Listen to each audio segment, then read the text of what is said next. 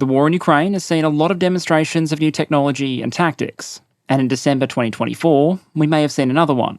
In many ways, the incident was absolutely unremarkable. A small combined arms action to take a Russian trench. What reportedly made it different isn't what the attack involved so much, which was a lot of weapons we've come to be familiar with, like FPV drones, but rather what it didn't, any Ukrainian infantry, with the ground assault work instead being done by some armed uncrewed ground vehicles, or UGVs.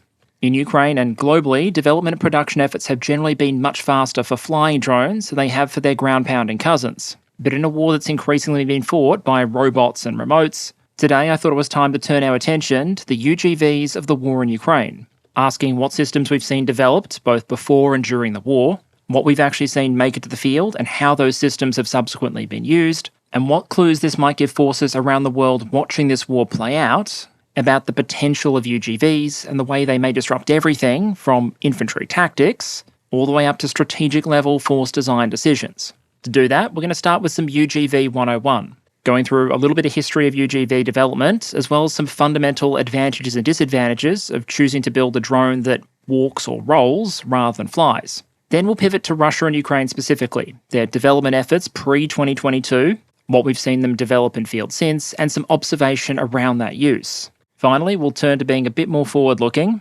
asking what potential impacts improving UGV technology and their proliferation might have for battlefield tactics and force design. That'll hopefully set things up for a potential future episode where we look at international UGV development efforts and how the US, Chinese, and various European militaries are looking at this new technology and what that might mean for the battlefield of the future and the strategic balance. But before we jump into any of that, a quick word from a sponsor. And today, that's my VPN of choice and long-term sponsor, Private Internet Access. The internet has long been an incredible invention, transforming everything from education to entertainment. But it's also prone to change, from the way we access it to the way we use it, to the way we've seen new internet fragmentation, restrictions, and evolving privacy threats. And in that kind of environment, operating online without the right awareness, tools, and practices can be kind of like running on to bat in baseball or cricket without wearing a helmet. You might be okay, but there's reason headgear is in the player toolkit. And for me, one of the tools I've long kept in my online toolkit is a VPN. What a VPN essentially allows you to do with a click is reroute your internet traffic, change your publicly perceived IP address, and potentially change how your activity is logged. Because Private Internet Access have long stated they have a no-logs policy that has been independently audited and court-tested. They also have servers in 91 countries and all 50 current US states. And for some reason, Google's been showing a massive uptick in interest in VPNs from residents of Florida in particular over the last couple of weeks, for reasons I cannot possibly guess. Even if you're not a Florida resident, you'd probably still want to know that Private Internet Access advertises compatibility with a range of streaming services, and that a single subscription allows you to cover an unlimited number of devices. So if you're interested, there will be a link in the description that gives you access to an offer that I actually took up personally for an 83% discount on a 2-year subscription, plus 4 bonus months, covered by a 30-day money-back guarantee for an unlimited number of devices. Now, let's get back to it. Okay, so a few brief history points on unmanned ground vehicle development. I think the first point to make here is that true firsts when it comes to military concept development can sometimes be a bit murky. UGVs themselves might be a comparatively modern type of combat system, for example, but humans have arguably been operating unmanned, autonomous, lethal ground combat system for literal millennia at this point. It's called a dog, but if you care a lot less about the thing being autonomous and instead about it being made of metal, you probably have to jump forward to the 20th century. The earliest parts of the 20th century saw some experimentation with remote-controlled vehicles, and during World War I, the concept existed for so-called land torpedoes. What you're seeing on screen here is Geoffrey the robot, sometimes described as a type of land torpedo, that was put forward to the Australian Army Inventions Directorate in 1941 by a member of the Royal Australian Air Force. But if you want examples of early UGVs that were deployed in quantity, you probably have to look back towards Europe, where World War II gave us a couple of systems that arguably fit the UGV category. The Germans had the Leichte Landungsträger Goliath, or Goliath Light Charge Carrier, which was basically a very angry remote-controlled demolition charge on tracks. Weighing about 370 kilos or 800 pounds, it could carry a roughly 60 kilogram explosive charge and potentially fill the role of delivering it, so a sapper didn't have to play courier all the way to the final involuntary recipients. Given the technology of the day, the system could manage about 1.5 kilometers on-road or 750 meters off-road, which was probably sufficient in most cases because a Goliath was steered using a joystick connected to the system by a 650 meter long cable. The Germans reportedly manufactured more than 7,000 of the things, initially with twin electric motors, but later models used petrol engines instead. Less commonly talked about than the Goliath is the fact the Soviet Union also fielded and tested some unmanned ground combat vehicles, and much, much larger ones at that. What they essentially did was take basically normal tanks and fit them with a basic remote control system. This was obviously a very interesting idea and arguably well ahead of its time. And after some mostly experimental use in, for example, the Winter War, the Soviets would eventually basically shelve the project. A lot of the problems were pretty much what you might expect trying to make a remote-controlled vehicle in the 1930s and 40s. The communication and control system was short-ranged and unreliable. Because you were essentially using a normal tank, you weren't getting any advantages in terms of lower profile, for example, by switching over to an unmanned configuration. Plus, the operators were trying to use these things without any of the modern technological enablers. There was, for example, no onboard video feed. You needed to be able to watch the vehicle and guide it that way. You also didn't have a crew inside the vehicle to handle things like repairs or reloading. And given that, especially in the Soviet Union of the 1930s and 40s, high technology systems were expensive, while private Conscriptovich and his mates were not, while also generally being much more effective, the logic just wasn't there at the time to support wider scale investment. But I still think the Soviet programs and developments should be noted and acknowledged. Through the latter part of the Cold War era, a lot of international development effort focused mostly on small UGVs that could be remote operated in incredibly hostile and dangerous conditions. Basically cases where the fact your average bot was going to be much slower, less effective and less responsive than a human was compensated for by the fact the environment itself was hostile to human existence. The Soviets would operate units at Chernobyl, for example, and get their first rover to the moon in 1970. But in the military context specifically, a lot of UGV development and fielding effort in the late 20th and early 21st century focused on things like EOD and combat engineering. Think small robots that could be used to deal with potential bombs or unexploded ordnance, so a human didn't have to. This role was arguably ideal for the UGV technology of the era for a range of reasons. Not least of which being that these were scenarios where the systems could be kept under very close human control and supervision, while also being in environments where you really don't want to put a human if you don't absolutely have to. As technology has improved though, so too have the range of tasks a UGV could potentially and practically perform. They've benefited from a lot of the same things that we've seen impact UAS development. Better batteries and power sources, communication technology, sensors, material science, and of course, autonomy. And so as the 21st century has rolled on, we've seen a lot more interest in UGVs that are not intended to be handheld and remote controlled 100% of the time by a human operator over very short distances, but are instead intended to function as teaming assets, serving alongside humans or human-operated vehicles, with the capacity to leverage at least some degree of autonomy. Which brings us to the claims of what reportedly happened in Ukraine in December 2024. The reports originate with the Ukrainian National Guard Brigade that claim that dozens of units of robotic and unmanned equipment were used in an assault near the village of Lipsy, north of Kharkiv, with the usual combination of reconnaissance and FPV drones operating alongside machine gun-equipped ground combat systems instead of infantry, with the report then being picked up on international news organisations and internet commentators,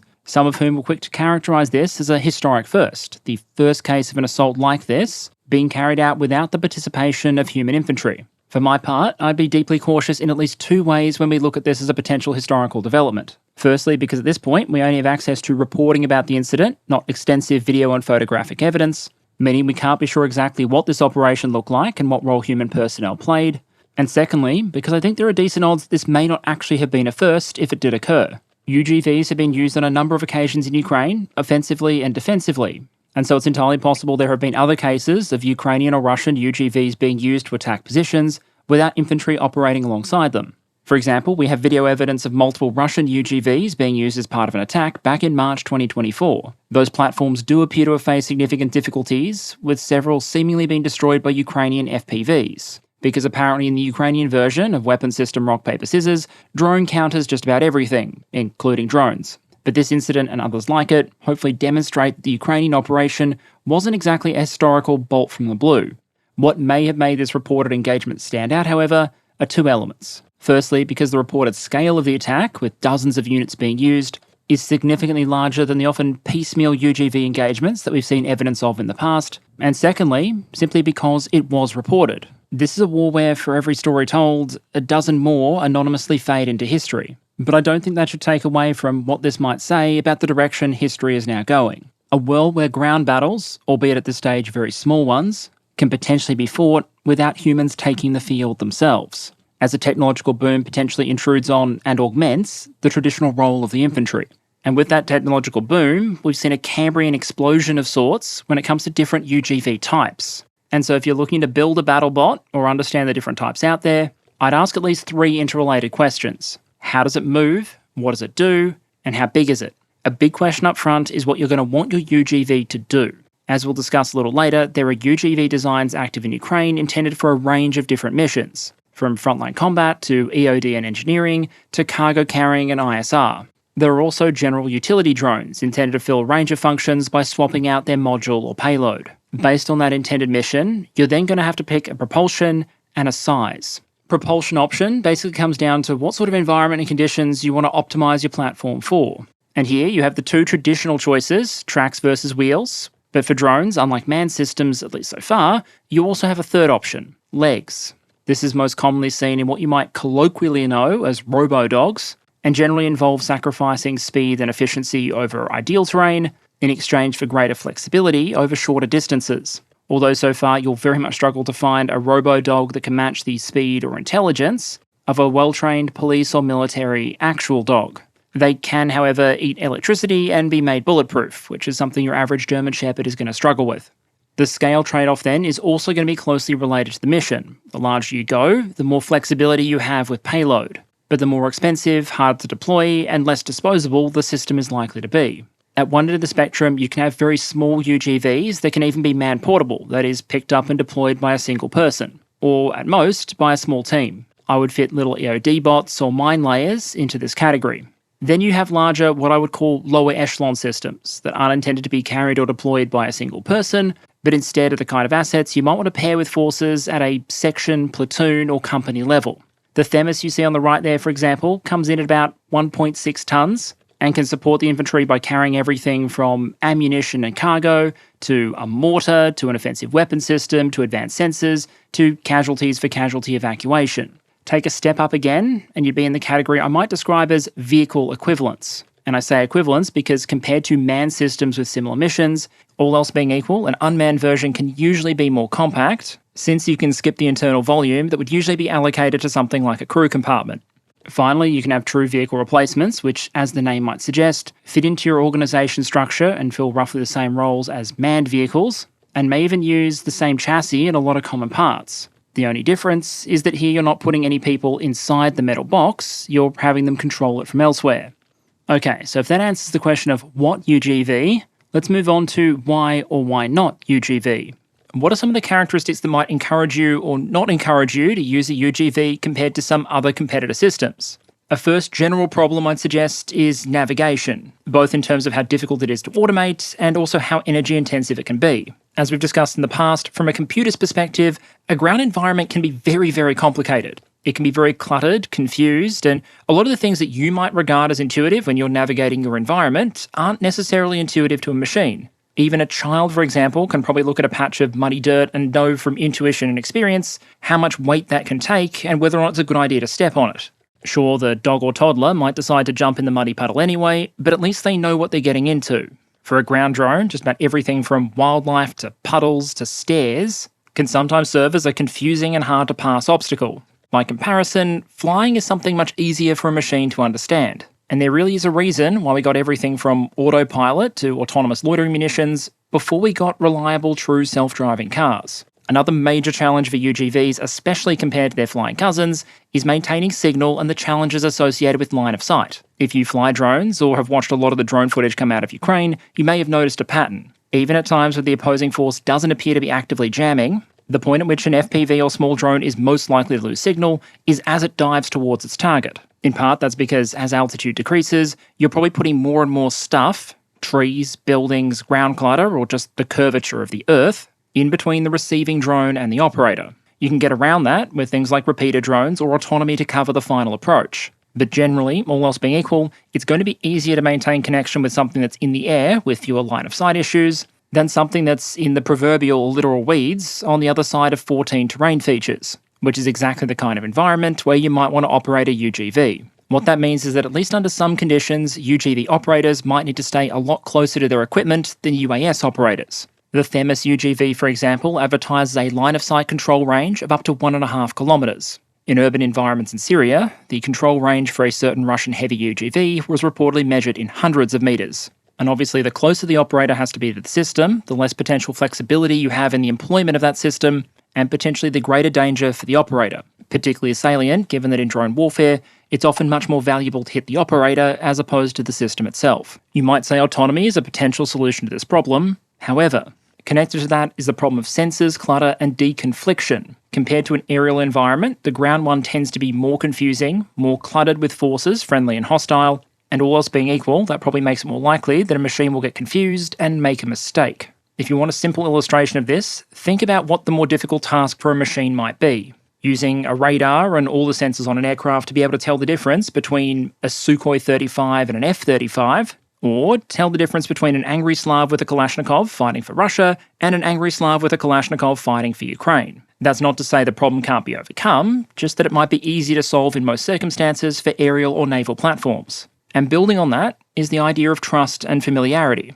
This is a point I want to credit to some of the uniformed commentators out there, particularly retired Major General Mick Ryan, because it represents the kind of point I think that might be intuitive to troops and veterans, but not necessarily those coming at these things from a procurement or defence economics perspective. The argument basically goes that in an infantry unit, for example, trust and cohesion within the unit is extremely important. There needs to be an understanding that every member of that unit will do their job, so you don't constantly find yourself looking over your shoulder to make sure someone's still covering your back. As a relatively new technology that most army personnel will not have experience working with or training with, that trust just doesn't exist with robotic platforms yet. And so until troops can be sure that the system isn't going to fire on friendly targets, or break cover at the wrong time, or navigate in a stupid fashion, or generally screw up in the way, to be fair, that dumb shit humans can, that will act as a kind of brake on overall adoption. Aerial drones and loitering munitions, however, have been around longer, built up that trust factor, and they had an existing analogue, missiles. And so forces are likely to be more comfortable adopting and using them at scale.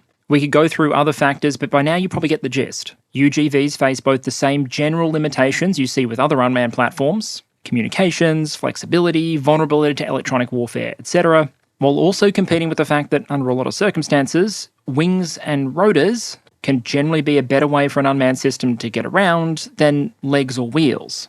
But that absolutely doesn't mean that there are no characteristics working in the UGV's favour. For example, while a UGV might expend more energy than a UAS when it's moving, the relationship can invert when they're static. And so if you just want a system to be operating as a sentinel or guard, for example, staying in a static position and watching a set area, a UGV might be able to loiter at that position for days or longer. And indeed, if you're in an urban environment and have access to mains power, for example, an unmanned system may actually be able to have more time on station than a human.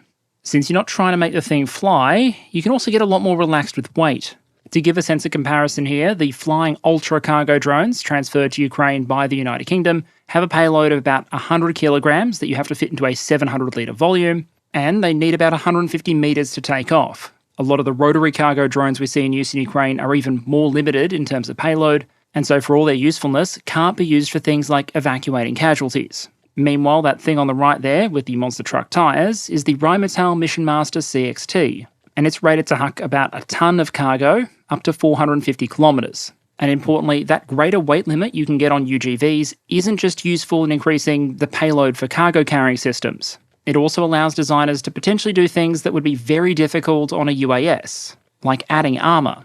Another key element is that it might be easier to integrate a UGV into a ground unit than it would be a larger aerial drone. Sure, infantry, mechanised and armoured units might be able to carry around smaller systems, but it might be difficult to make a larger runway-dependent drone truly organic to a lower echelon ground formation. With a UGV though, that might be less of a problem. You can give the section or platoon their robo-dog or mini-tank, and basically adopt the thing if they want. They can keep it around, train with it, name it, potentially twice if they want one name for field use and another that's more senior officer friendly, and basically make it an integrated part of the unit's kit. And so with those general points in place, let's pivot to talking about Russian and Ukrainian UGVs specifically.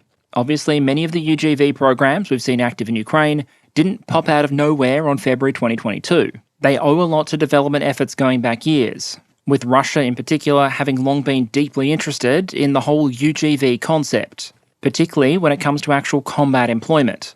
In a moment, we'll go through a number of pre-invasion Russian platforms. But the big caveat up front is that a lot of these are going to fit into a pattern that we've seen a lot of times before with Russian development efforts. Some potentially very cool ideas and engineering concepts crammed into interesting vehicles, but ones that were often the result of programs that didn't have the money, time, or other resources behind them in order to iron out the various kinks and then scale up production of a usefully deployable system. But basically what I'm saying is that if you have any self-preservation instinct at all, as I'm going through some of these Russian and Ukrainian designs, do not take a shot every time I say the system was underdeveloped, unreliable, or produced only in small numbers. An example of a relatively light tracked combat UGV would be the Platformer M. Weighing in at around 800 kilograms, the system was reportedly capable of handling a roughly 300 kilogram payload, including rifle caliber machine guns and anti-tank guided missiles, while managing a maximum speed of 12 kilometers an hour, an endurance of around 10 hours, and a claimed operational radius, that is how far away from its operator it's capable of getting, of about 1.5 kilometers. You can see an image of one on display on the top right there, and an image of one about to fall on a journalist during a live demonstration on the bottom right. Like many UGVs, they do have the restriction of having to stick relatively close to their operator, and as you've probably noticed, the system had some journalist-crushing teething issues. But that obviously doesn't mean that the concept itself didn't have merit, and this is one of the Russian system types we've actually seen make it to Ukraine. Nerekta is another tactical tracked frontline UGV with a machine gun armament that was highlighted in Russian state media back in 2021. According to the Russian MOD at the time, the Uran-9, which we'll get to in a minute, and the Nerekta reconnaissance and fire support robots were used for the first time within regular force formations during the staging of practical actions of forces at the Zapad 2021 military exercise. The key point there is the evidence as to how the Russian military thought systems like this should be used. In this case, integrated with and supporting regular human troops. The Russians also developed and began marketing a number of UGV designs that weren't armed and intended for various support roles. The Uran-6, for example, is a combination demining and engineering vehicle, advertised as being capable not just of clearing mines, but also with different attachments, digging trenches or moving objects weighing up to 1 ton. Uran-14 was a much larger UGV, pretty uniquely designed primarily for the firefighting role, but in terms of international attention attracted, the most notable of the Uran series of UGVs was probably the armed variant.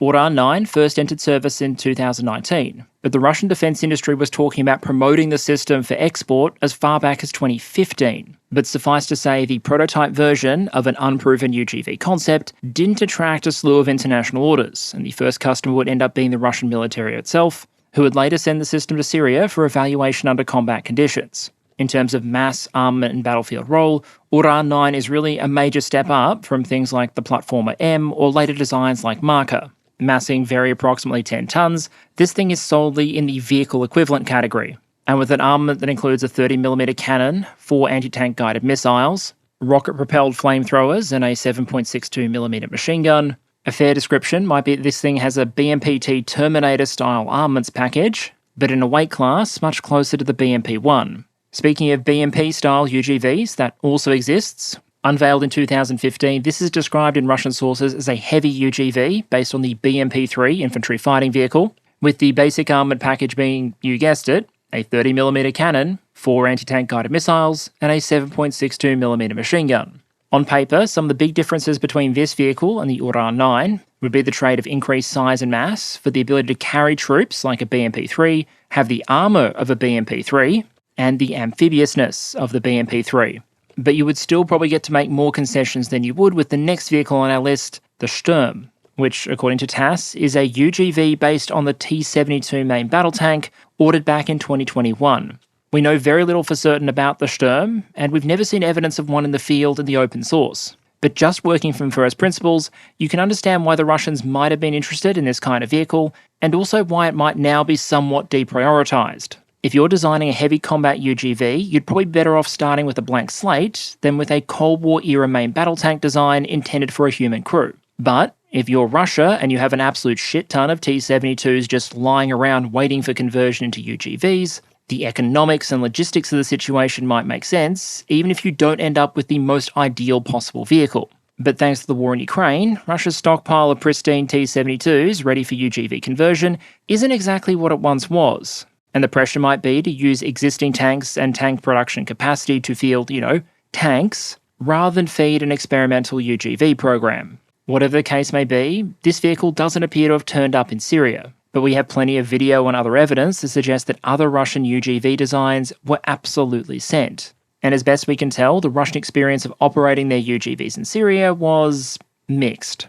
One example is the Uran 9. Back in 2018, there was an article published citing the remarks of a Russian MOD official speaking at the Kuznetsov Naval Academy in St. Petersburg, making some statements that are interesting, albeit hard to corroborate. Amongst his observations was that in a battlefield environment that included low-rise buildings, the distance at which an operator could control the vehicle fell to between 300 to 500 metres. Perhaps not ideal given the vehicle was partially designed for urban warfare scenarios where buildings are an occasional feature. He noted 17 reported cases of operators losing connection to their vehicles for up to a minute at a time, and a few that ran much longer, with one interruption stretching to 90 minutes against an opponent that, remember, didn't really have any EW capability. Other reported issues included the reliability of the suspension, the main armament not being stabilised so the vehicle couldn't fire on the move, cases of significant lag or outright failure in the fire control system, and other factors that reportedly caused the UGV to significantly underperform its armament. And I think it's notable that despite production figures for the system reportedly crossing into the low triple digits, and it being more than 6 years since this Syrian combat experience,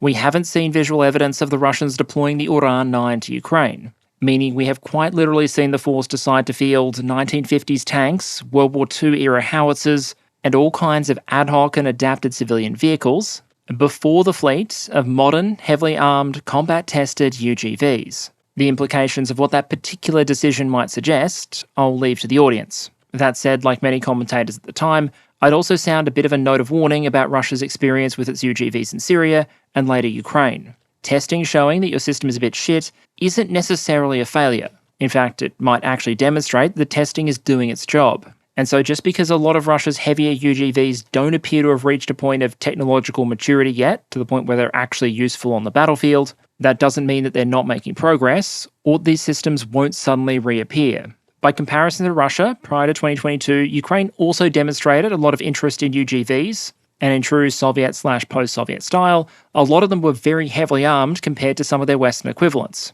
The Phantom concept, for example, which you can see on screen there, was shown off in 2017. It was claimed to have an operational range of about 20 kilometres and to be controlled either by radio signals or a fibre optic cable, with that latter feature being particularly notable given the recent resurgence we've seen in fibre optic control systems for drones in Ukraine as a response to electronic warfare. There are other systems we could look at, but the general trend, I think, for Ukrainian UGV developments pre-2022 was that, given their constrained resources, the area of focus tended to be much more constrained than Russia's.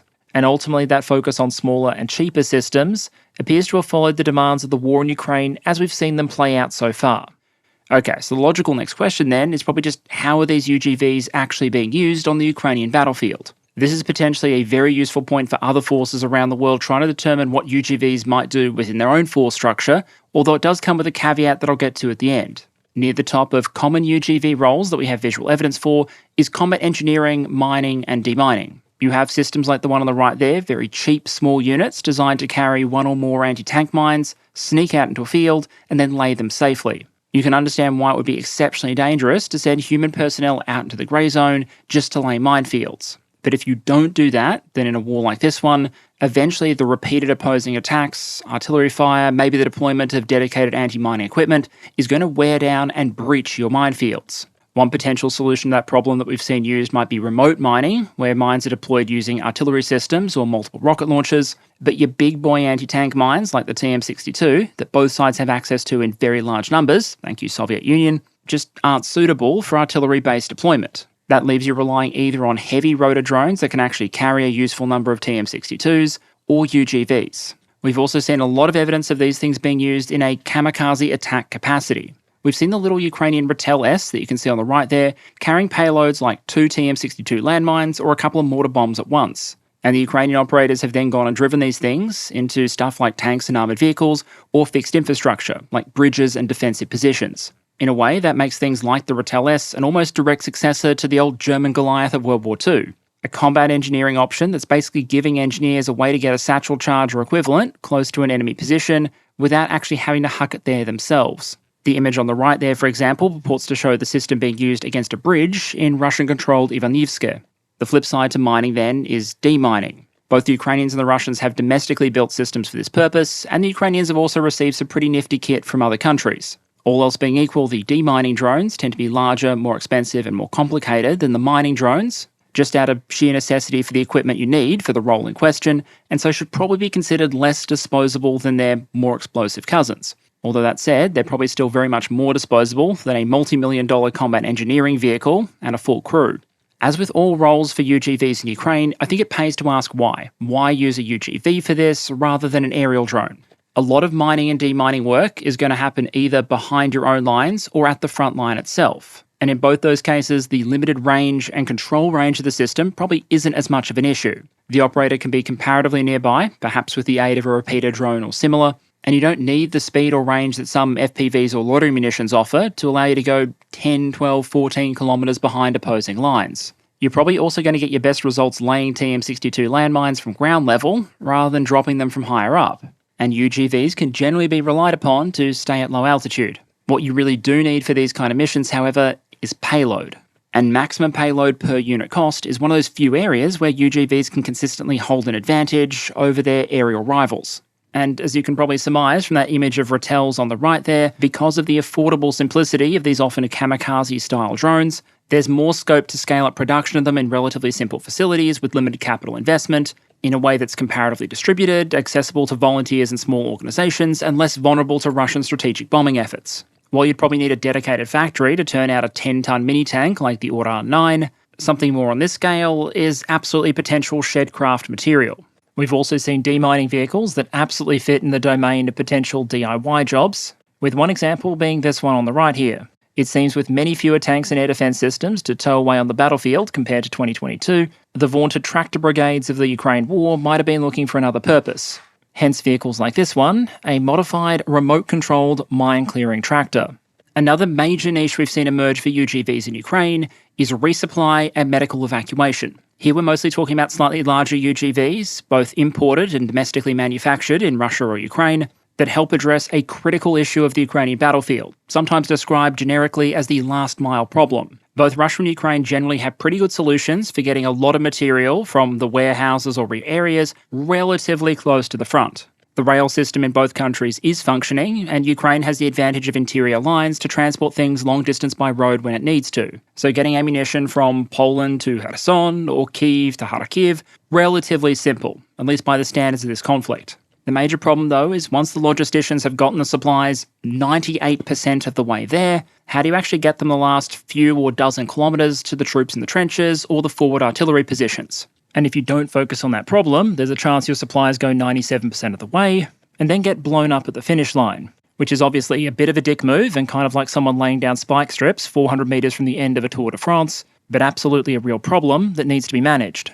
Because while a lot of attention tends to focus on the tactical maps and potential physical encirclements, you have to understand that in a lot of places in Ukraine, thanks to drone-corrected artillery fire, FPVs, loitering munitions and systems like that, both sides have the means to reach out and attack targets on the few roads leading to their opponent's forward positions. When you see either side claim to have placed the opposing supply lines under fire control, this is the kind of phenomenon they're describing, where you can't physically put a tank or an infantry unit on a road and declare to any approaching vehicle that they shall not pass, but you might be able to do things like keep a road under surveillance, and FPVs equipped with fibre optic cables or loitering munitions on standby, ready to suddenly unloiter if supply trucks carrying in reinforcements or ammunition are spotting approaching the forward positions, or alternatively, vehicles carrying medical evacuees or troops rotating from the front line are spotted going in the other direction. Words alone probably can't encapsulate what some of these roads of death look like, and so I just want to include a brief clip from the Russian perspective of one of the roads they control near Marinka.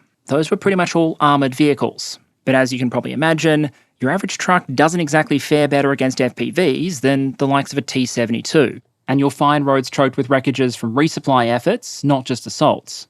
And so I just want to show one additional clip from the Russian perspective, this time reportedly of a road near Pokrovsk, where you have more of that mix of supply and military vehicles. Note that as this footage was playing, it was obviously filmed by a Russian on a motorbike, which potentially offers that combination of speed and the ability to manoeuvre around obstructions like these ones. And while that, for YouTube purposes, I have pulled the audio and applied more than a little bit of blurring, in the original version, which I'll link in the description, it is abundantly clear that the bloke on the bike is not having a great time. But even this is probably enough to give you a sense of the kind of pressure that some of these supply routes are constantly under. And so a natural consequence of this phenomenon has often been some decidedly imperfect solutions. Resupply runs can be done primarily at night, but that doesn't help against drones with thermal or night vision cameras. You can switch to using lighter, faster vehicles like carts, motorcycles, and ATVs, but that significantly reduces the amount of supplies that each individual supply vehicle is carrying.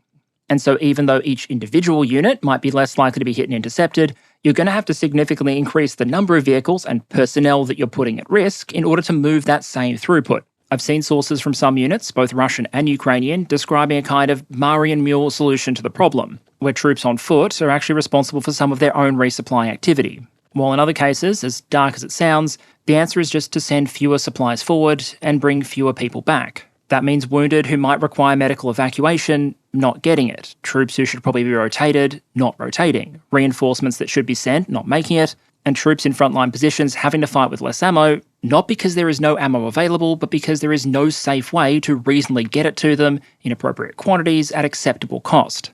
Cargo UGVs represent a kind of compromise solution to the problem. A system that might be able to carry 500 kilograms or a ton of cargo is still a useful amount of ammunition to reach a forward position and is capable of carrying the weight of troops that need medical evacuation. The Themis UGV you see on the right there, some of which have been sent to Ukraine, is configured to carry up to 2 medical evacuees at a time. On the other hand, especially if you're using them for ammunition resupply, for example, they're ideally small enough and cheap enough that it's going to be much more difficult for your opponent to inflict so much attrition on your supply lines that you can't afford to maintain them.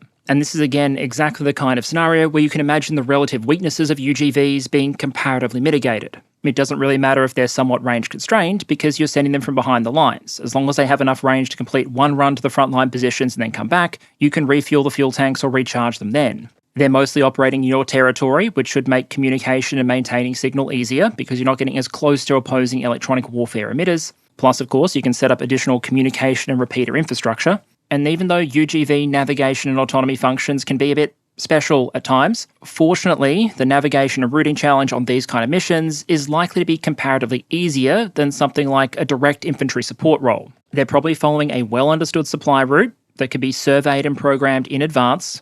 It's not exceptionally time-sensitive if the machine gets confused for a couple of minutes or loses signal. The noise the systems produce probably doesn't matter much as if you were accompanying a stealthy infantry unit on a reconnaissance patrol at night. And if the worst should happen and the system breaks down or permanently loses connection and isn't able to autonomously reach either its destination or starting point again, at least it's breaking down on a known supply route on your side of the lines. Where getting to it, repairing it, recovering it, or re-establishing communications is, all else being equal, likely to be easier. Also, given their metal construction and much lower profile, a UGV like this might also fare much better against artillery shrapnel from a miss, for example, than an unarmoured supply truck with some squishy humans in the cabin. None of this is to say that UGVs are a perfect solution to this supply problem or they're being used in huge numbers. But for commanders who don't otherwise feel that they can risk attempting to send supplies forward or bring evacuees back, they might be an option. And it's an option we've seen both the Russians and Ukrainians appearing to invest in.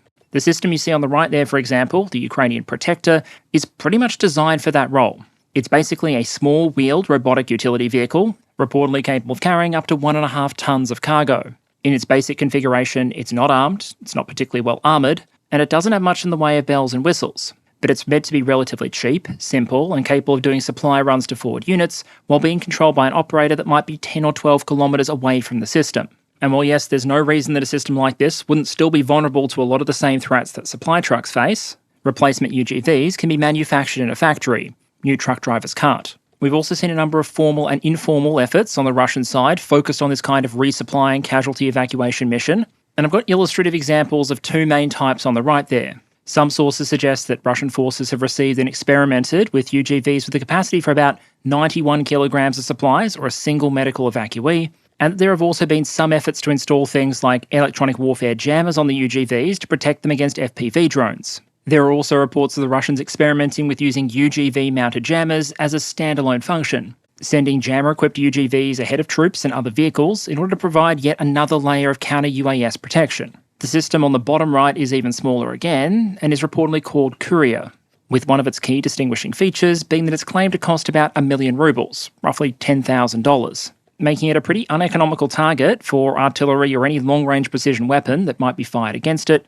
and significantly cheaper than some of the more official Russian designs we discussed earlier. Way back in 2022, I believe, we discussed some of the key ways forces try and survive on the Ukrainian battlefield. Generally speaking, you can dig deep, move fast, or not be worth shooting at. And many of these Russian-Ukrainian designs appear to be moving further in that direction than conventional full-size supply vehicles. I should also note that while that comment about testing UGV-mounted jammers to protect other parts of the force is obviously relevant, most of the feedback I've seen so far in open source suggests that that kind of support role function for UGVs, where they're operating closely alongside frontline forces and trying to protect or assist them, isn't really yet at the point where it should be considered widespread, systemic, or without some very rough edges. I saw one comment from a Ukrainian, for example, suggesting that taking a UGV along to support infantry during a patrol wasn't really ideal because of how loud and easy to detect the thing was. This is incidentally probably one of the reasons we've seen UGV designs in other countries sometimes use a dual propulsion option. The Rheinmetall Mission Masters, for example, have both a diesel engine to give the system range and horsepower, but the CXT version can run silent for about 50 kilometres on its electric propulsion alone. That said, I think it's fair to say that a lot of these direct support roles for UGVs in Ukraine are still very much in the early phases, with a lot of further development and maturing still to go. The use case that tends to get a lot of media attention, however, is the use of UGVs armed with guns, rockets, or missile systems as frontline combat assets. Here we've seen both sides deploy systems in this kind of role, although notably, even on the Russian side, a lot of the combat UGVs we've seen aren't those larger pre-war designs like Uran-9, but instead smaller, cheaper units. A basic platform with a remote weapon station carrying a machine gun, automatic grenade launcher, or rocket armament. Because of how comparatively rare UGVs are in Ukrainian and Russian service compared to UAS, the pool of available data on this kind of use case is much smaller. We're talking potentially 2 orders of magnitude difference between the number of FPVs that are used and the number of combat UGVs that are used. But an interesting observation is that of those UGV attacks that we've seen reported by both the Russians and the Ukrainians, it usually hasn't been a case of a single bot or a small cluster of bots operating closely alongside friendly infantry, but instead all robotic attacks. Whether that be a single unit, like a Ukrainian UGV attacking a Russian trench back in 2024, or larger actions like the Ukrainian one we described earlier, and some Russian equivalents. That isn't to say there isn't cooperation, or that gunbots aren't being integrated into offensive or defensive plans alongside human infantry and manned vehicles. Just that the cooperation, a lot of the time but not universally, tends to be a bit more arm's length. While we have evidence that this has worked at least occasionally, I think we have at least 2 data points speaking against general effectiveness. The first is anecdotal, cases of both sides saying that the opposing UGVs were knocked out comparatively early and weren't able to overtake their positions. And the second being, if this had worked the same way things like FPVs have worked, it seems logical that both sides would have given higher priority to developing and rolling out these systems. Instead, while they have been scaling, it's at nowhere near the same level. Speaking with a relatively low level of confidence, because we're mostly dealing with anecdotal information here, I would suggest that on balance, we've probably seen UGVs, and especially just basic remote weapon stations, used far more in a defensive role than in offensive ones. Think units bulking out their defensive positions or trying to cover more frontage more effectively by using remote-controlled machine guns, grenade launchers, or anti-tank weapons. At an intuitive level, this would make a degree of sense. In a mostly static defensive role, it doesn't matter if a UGV isn't particularly good at navigating and understanding its environment or moving long distances, because it's not moving. In this kind of role, you could argue that UGVs or emplaced remote weapon stations have several loose historical analogues. They're part World War I periscope rifle because they allow troops to fire on the enemy without exposing themselves outside of their fortifications, part landmine because of the role they potentially play in slowing or breaking up enemy assaults, while also potentially allowing a smaller number of humans to effectively defend a larger area, especially if, for example, operators were able to monitor multiple units at the same time, jumping in to assume active manual control as necessary. Systems primarily intended for this kind of defensive role can also potentially be even cheaper and even simpler. We've seen designs, for example, that discard the mobility system entirely and basically function as an in-place turret, which means you're saving a lot of energy consumption, engineering complexity, cost, while potentially making an even smaller, more difficult target. Given the successes we've seen for remote weapon stations on everything from armoured vehicles to naval drones, I think it's reasonable to assume that if the war in Ukraine maintains its relatively slow-moving, attritional trench war character, we're likely to see further experiments and deployments of these kind of systems being used to augment those defensive positions. But even if the offensive role for UGVs is potentially more complicated than the defensive one, I'd suggest both sides probably still have pretty strong imperatives to pursue and experiment with it, in part because for all of their advantages, FPVs aren't really an asset that can hold ground. Even after thousands of years of military technology development, that's still pretty much the domain of the infantry. And for both sides, but especially the Ukrainians, manpower reserves aren't infinite. In that respect, UGVs may currently be a very imperfect substitute for additional infantry, but in a resource-constrained scenario like this one, both sides might conclude that an imperfect substitute might still be better than no substitute. I will note, though, that in the robot wars of Ukraine, there really appears to be no love lost between different system types. UGVs operating as combat systems on the front line are going to face many of the same threats that infantry and manned vehicles do. This image, for example, reportedly shows Russian UGVs that are being knocked out by Ukrainian FPVs. And given how much cheaper your average FPV is likely to be than UGVs like those ones, it seems unlikely that even if UGVs were refined and became significantly more capable, that they would represent a complete solution to a lot of the challenges both armies face on the Ukrainian battlefield. That said, for all their rough edges, I think the evidence suggests that UGVs should become significantly more common in Ukraine over the course of 2025. As with UAS, UGV development in Ukraine has proceeded at a breakneck pace, in part because you have so many volunteer organisations, non-profits, startup companies, unit workshops or slightly mad hobbyists that have just been willing to throw a lot of developmental crap at the wall and see what sticks. If you walked into a meeting at Rheinmetall or a major Western prime contractor and said, "Hey boss, what I want to do is take a wedge-shaped robot, like the ones you used to see on Robot Wars, and then weld a rack to it so it can dual-wield RPG-7s," I'll leave it to the audience to guess how the people from legal, higher management, or marketing might respond. But in Ukraine, you're probably more likely to be asked, why only 2 RPGs? Most ideas will turn out to be bad ideas. But when you're trying to turn out good systems quickly under wartime conditions, there can be merits in failing cheap and fast. Ukraine has already established the world's first independent unmanned systems force. And way back in March 2024, officials at Brave One, which is a Ukrainian defence technology hub of sorts, tasked with getting new capabilities field ready, announced they'd received something like 190 submissions for UGVs and ground robotic systems to be tested.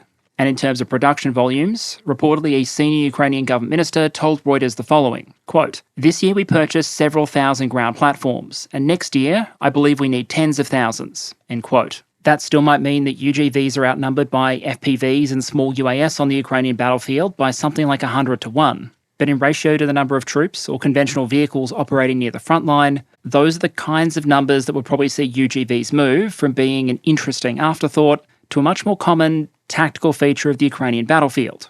And that leads us in, I think, to the last big question I want to ask as part of today's episode. If we look at the experience of UGV usage in Ukraine so far, and then make the, I think, reasonable assumption that UGVs are likely to improve in capability and efficiency over time, what implications might that have at the tactical level on future battlefields? Setting us up well for an important future question, what are some of the implications of that for future force design?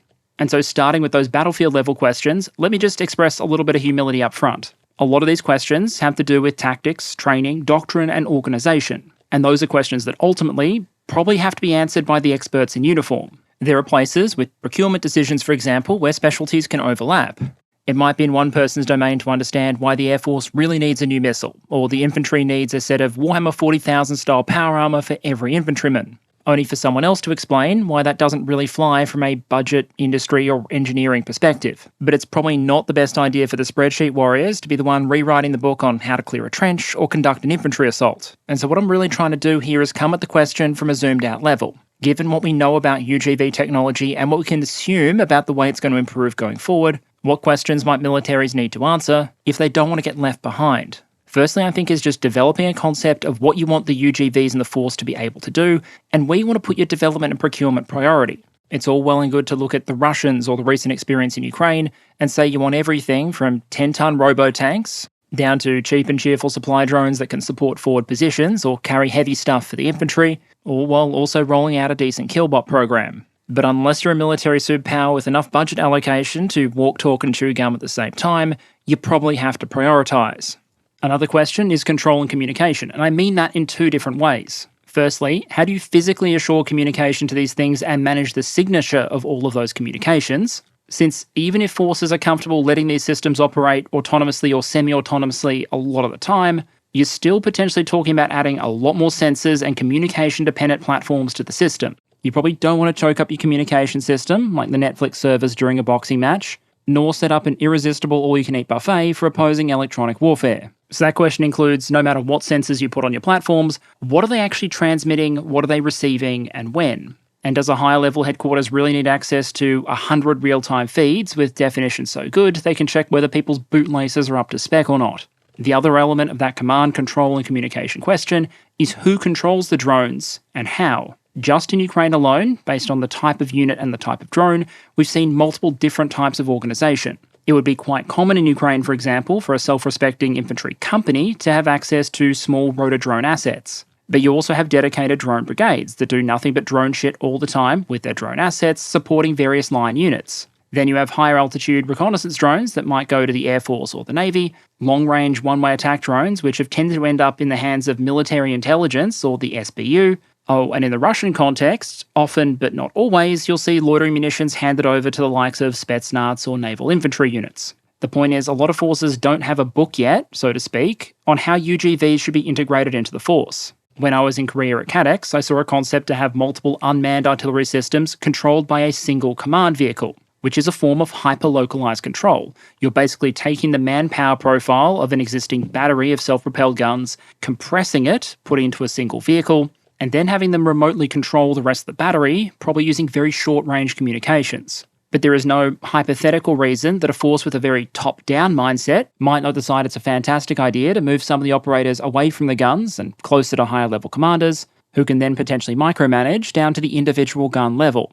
No matter how good the underlying technology is, militaries that get this question right are probably likely to get a lot more out of their systems than those that don't. Forces will need to ask and answer high-level questions, like how much autonomy are you comfortable giving these systems, when are you happy for them to engage a target, with or without human confirmation, and where decisions are being made either about individual engagement decisions or the rules of engagement, who gets to make them. A robot cannot be ultimately legally accountable for the decision to use lethal force. And so you probably need to decide which humans have the responsibility and the accountability for their unmanned systems potentially making those shoot or don't shoot decisions. Is this like just about any other weapon system, where you're mostly just going to trust whoever's commanding a section or platoon to use the systems available to them ethically and effectively? Or do you want to put in some unique policy guardrails here, even on the understanding that it's going to reduce the flexibility of your troops in the field and might put them in greater danger? The bit that's probably going to be more interesting to a lot of the troops out there, though, is how do UGVs shift tactics? And how do tactics have to shift to accommodate UGVs? And frankly, as simple as that question might sound, the more you think about it, the more complicated it gets. How do you integrate UGVs of various sizes and types into units to best support the human elements? Do you hand out individual UGVs as a platoon or company asset? Do you try and concentrate them, as the Ukrainians did recently, and try and use them en masse? And however you choose to integrate them, how do you adjust your tactics to make the greatest possible use of the capabilities they offer? Most modern militaries have established battle drills. If you want to know how to clear a trench, you can quite literally open a US manual and acquaint yourself with Battle Drill 7. Enter and clear a trench. And it will set out various steps of the battle drill, which units will then train and train and train again, until everyone in the unit knows how they, and preferably everyone else in the unit, will respond during common battlefield tasks, be it a trench assault, room clearing, an ambush, you name it. But here's a question. How does the drill change if suddenly you have some additional platoon members who, yes, are absolutely dumb as rocks, but are also made of metal, can carry heavy machine guns, don't gripe or complain, and don't get death or disability? And so they can potentially be used to support the wider unit in a way that just another rifleman probably couldn't. The image I have on screen there is probably a good example. In an ordinary all-human unit, for some reason, it would probably be frowned upon if you took the most junior member of the team, told them to strap on an additional vest, and then use private bullet sponge as a bit of mobile cover. But in a pinch, a robotic team member might be able to fill that function. There's also scope, I think, to invert the question a little bit. Instead of asking how UGVs can support the combat troops, ask how the combat troops can support UGVs. Because while the drones do have their strengths, they also have crushing weaknesses, and for all their inherent squishiness, humans are nothing if not flexible. Most UGVs, for example, might be more vulnerable than they strictly need to be on the battlefield because they can't entrench themselves, partly owing to their distinct lack of things like hands. But presumably, you might be able to have human infantry or combat engineers prepare fighting positions for the UGVs, ones that might potentially look quite different to the entrenchments you'd usually produce for human occupants. There might not be a good enough manual out there yet on how you dig a good fighting position for a combined human-robotic unit, but eventually you might want one. And then there is this whole range of additional impacts on everything from equipment to tactics that might be relevant if UGVs become more common. So to give you one illustrative example, what might it mean if there are suddenly more small but hardened targets on the battlefield? Because at the moment, ground combat assets that tend to be mobile and difficult to hit also tend to be quite squishy, like people. And to deal with them, troops tend to have access to weapon systems that can deliver a lot of volume of fire or area of effect, small arms, grenade launchers, mortars. But what do you do if you're an infantry unit breaking into an opposing position and you run into something like this thing? It's a Ukrainian concept. I'm not describing this as a definitive design, but it illustrates the problem quite well. It wouldn't be that difficult to come up with an armour scheme for that gun shield that can pretty much just shrug off 545 or 556. And so if this thing is in a hull-down position, or if armour gets added to the bottom section as well in future designs, this might be an example of a small and numerous tactical problem that can't be readily resolved by just mag dumping it, especially if the autonomy improves along with the reaction time, and the bot develops a bit of a twitchy trigger finger for that machine gun armament. The solution probably shouldn't be to assume that you have all the time in the world to make careful aim shots against the sensors and optics. And most forces do already give their infantry tools to deal with armoured and hardened targets when they encounter them. Think things like rocket launchers, recoilless rifles, or anti-tank guided missiles. And sure, I don't think we've seen any UGVs fielded in Ukraine yet that wouldn't be junkyard ready if they took a direct hit from the likes of a Javelin, NLAW, or a Carl Gustav. The problem, though, is that a lot of anti-tank weapons might actually be complete overkill against a lot of the UGV designs and concepts we've seen. Plus, especially with some of the smaller systems, you might have difficulty getting a lock with the guided systems or scoring a first-round hit with an unguided one. The question might be then, how do you potentially adjust infantry loadouts on a battlefield where you see more and more targets that are closer to infantry in terms of size and availability, but closer to very light armoured vehicles in terms of their resistance to small arms? It's generally understood that when you're equipping infantry, weight is a currency you have a limited supply of, and that makes these trade-offs potentially all the more significant. I'd argue that on both sides of the war in Ukraine, we've already seen something like this phenomenon. In 2021, you didn't really have troops rolling around with backpack and trench jammers or handheld anti-drone guns, or a bloke toting a shotgun standing on drone duty. All of that added kit reflects the kind of dangers that infantry encounter and worry about on the Ukrainian battlefield. And if UGVs become sufficiently capable and sufficiently common, you can imagine human troops looking to their own kit to find a better answer to the problem. Another tactical quirk might be the implications of the fact that you can't really suppress a UGV in the conventional sense. When the rounds are whizzing overhead or landing all around, many humans are going to have an instinct to take cover. But a UGV has about as much self-preservation instinct as a depressed lemming.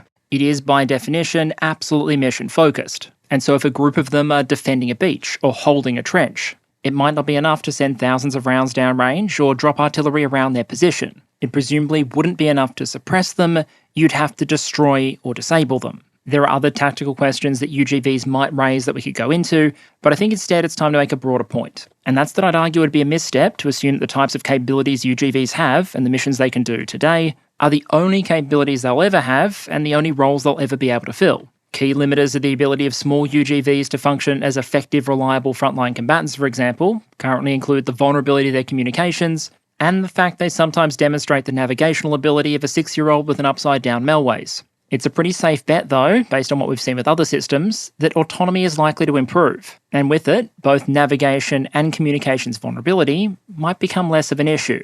And so if we're trying to evaluate the likely significance of UGVs in the short to medium term, I think it's important to try and thread the needle. On one hand, to recognise that based on what we've seen in Ukraine and some other theatres, UGVs have immense potential. And in the coming years, that potential is only going to be going in one direction, with new lessons learned and technologies inevitably being understood and eventually integrated. But at the same time, there is plenty of reason to believe that existing forces won't have half their personnel displaced by UGVs overnight. Not every battlefield is going to be the Ukrainian battlefield, which arguably has a lot of characteristics that lend themselves to UGV use. A highly attritional trench war is basically the ideal conditions for a highly attritable system with limited navigational ability. There's also the problem posed by competitor systems, both organic and not. UAS and loitering munitions can have a lot of advantage over ground platforms, and it's easier to teach autonomy systems to fly them. I constantly harp on the difficulty UGVs can have in navigating terrain, and please remember every time I say that I'm being comparative to the relatively simpler task of getting a drone that is flying to navigate the same battlefield.